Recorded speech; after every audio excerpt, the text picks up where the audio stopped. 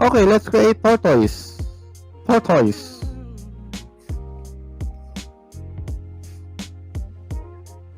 Okay, inflate the balloon like this, leaving 6 inches allowance at the end, or 5. Now, create a tulip twist here. Here. Tulip twist. By pushing your index here inside and getting the nostril inside of the balloon, leaving this kind of configuration. Alright, so now we have the head of our small turtle. See?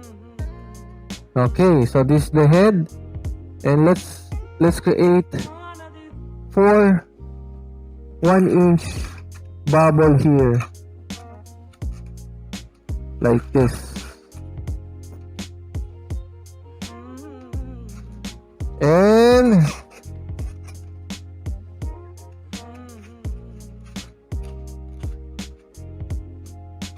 And of course, as you can see, obviously this is the legs of the turtle. Tortoise.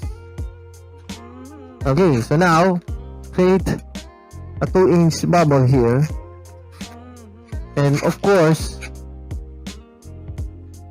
push it through this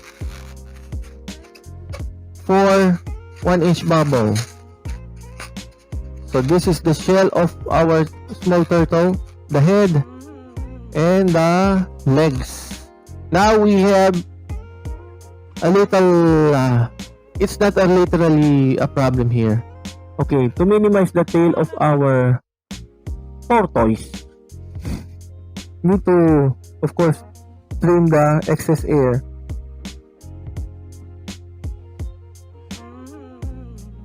Like this.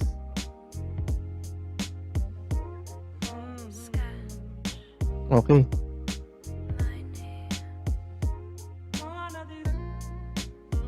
So now we have a small tail. We're not done here. Literally, we're not done. Okay, so make a poodle tail here.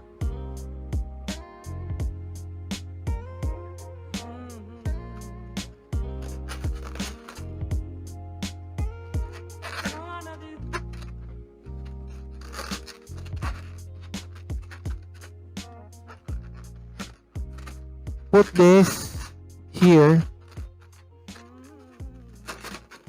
and put it around this part, and it will leave like this. So we have a small body here. You need to push it here inside so that we have here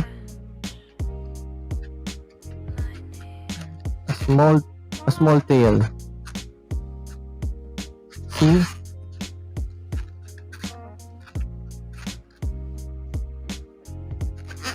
Okay, if you want to lock it up, it's up to you. Just put this small balloon around here. Extra careful with that. Put it around just like that, and push it, the extra air, so that it will leave a tiny tail here. See? So we have here cutie tortoise.